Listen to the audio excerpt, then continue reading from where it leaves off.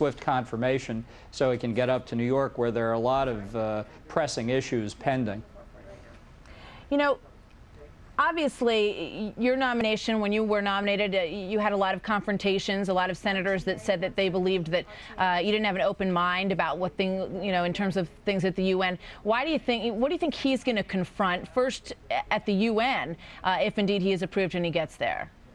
Well, it's hard to say, but I do think it's important that the Senate moves swiftly, that Chairman Biden schedule a confirmation hearing when the nomination papers go up, and that the Senate make a decision. I, of course, never had a vote by the full Senate, which I think was quite unfortunate, but I hope in Zal's case that they do move quickly and approve him so he can get on with the job. What about working within the State Department? You know, there has been some talk out there that he is a complicated person to work for, that he's well liked in the administration, but that he may run into some difficulties within the State Department.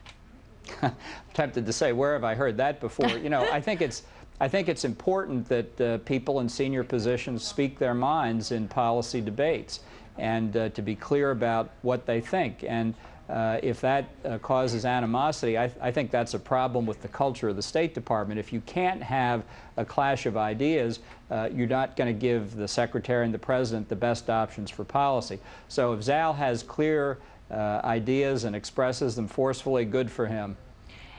How much resistance did you meet in the same position at the State Department?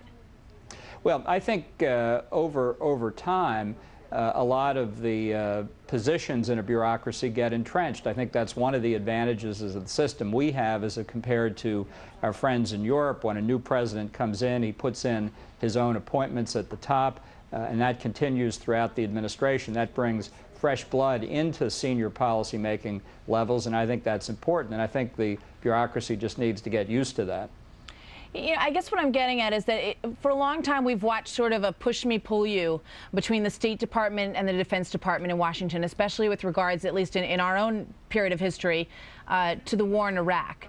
Do you sense that with all the changes that we've seen happening, with Gates coming in at defense, we also have changes on the military front in Iraq, and now changes coming about at the UN, does this signal to the rest of the world that we're shifting more towards, you know, a more diplomatic, more, some might say, tentative mood coming from the United States with regard to the war on terror?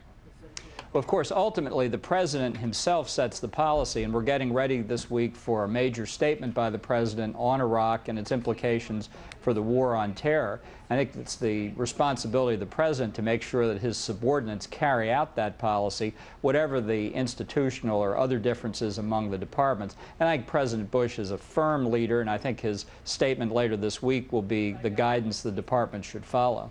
All right, we've just begun to scratch the surface with John Bolton here. We're going to, John, if you would stand by, Ambassador, we're going to watch all of this play out at the State Department, and we'll be right back with the new appointment to the UN as we wait for Condoleezza Rice.